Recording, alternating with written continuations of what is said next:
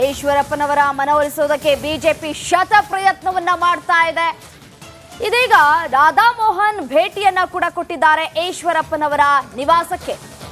ರಾಜ್ಯ ಚುನಾವಣಾ ಉಸ್ತುವಾರಿ ಈಶ್ವರಪ್ಪ ಅವರ ಮನವೊಲಿಕೆಗೆ ಭೇಟಿಯನ್ನ ಕೊಟ್ಟಿದ್ದಾರೆ.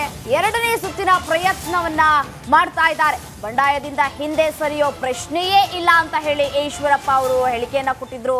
ಈಶ್ವರಪ್ಪನವರ ಮನವೊಲಿಕೆಗೆ ಹೈಕಮಾಂಡ್ನಿಂದ ಶತ ಪ್ರಯತ್ನಗಳು ಕೂಡ ಆಗ್ತಾ ಇರುವಂತದ್ದು. ಬೆಳಿಗ್ಗೆ ಅಷ್ಟೇ ಅರಗ ಜ್ಞಾನೇಂದ್ರ ಅವರು ಭೇಟಿಯನ್ನ ಕೊಟ್ಟಿದ್ರು. ಈಶ್ವರಪ್ಪನವರ ಮನವೊಲಿಸುವುದಕ್ಕೆ ಸಾಕಷ್ಟು ಪ್ರಯತ್ನಗಳನ್ನು ಕೂಡ ಪಟ್ಟಿದ್ರು. ನಾಳೆ ನಡೆಯುವಂತಹ ಶಿವಮೊಗ್ಗದಲ್ಲಿ ಏನು ಕಾರ್ಯಕ್ರಮ ನಡೆಯುತ್ತೆ, ಪ್ರಧಾನಿ ನರೇಂದ್ರ ಮೋದಿ ಆಗಮಿಸ್ತಾರೆ. ಆ ಸಂದರ್ಭದಲ್ಲಿ ಈಶ್ವರಪ್ಪನವರು ಕೂಡ ಆಗಮಿಸ್ತಾರೆ ಅನ್ನುವಂತಹ ಮಾತಿತ್ತು. ಆದರೆ ಇದೀಗ ಯಾವುದೇ ಕಾರಣಕ್ಕೂ ಅವರು ಬರುವಂತಹ ಮಾತೇ ಇಲ್ಲ ಅನ್ನುವಂತಹ ರೀತಿಯಲ್ಲಿ ಇದೀಗ ಕಾಣಿಸ್ತಾ ಇದೆ.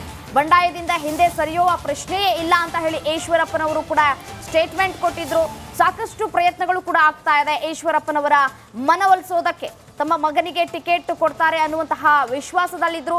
ಆದರೆ ಟಿಕೆಟ್ ಕೈ ತಪ್ಪಿದ ಬೆನ್ನಲ್ಲೇ ಇದೀಗ ಬಂಡಾಯವನ್ನ ಎದ್ದಿದ್ದಾರೆ ಈಶ್ವರಪ್ಪನವರು.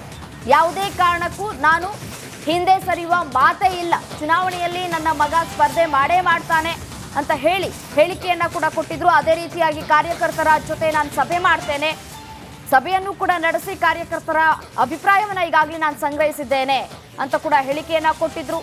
ಈಶ್ವರಪ್ಪನವರ ನಿವಾಸಕ್ಕೆ ರಾಧಾಮೋಹನ್ ರವರು ಕೂಡ ಭೇಟಿಯನ್ನ ಕೊಟ್ಟಿದ್ದಾರೆ.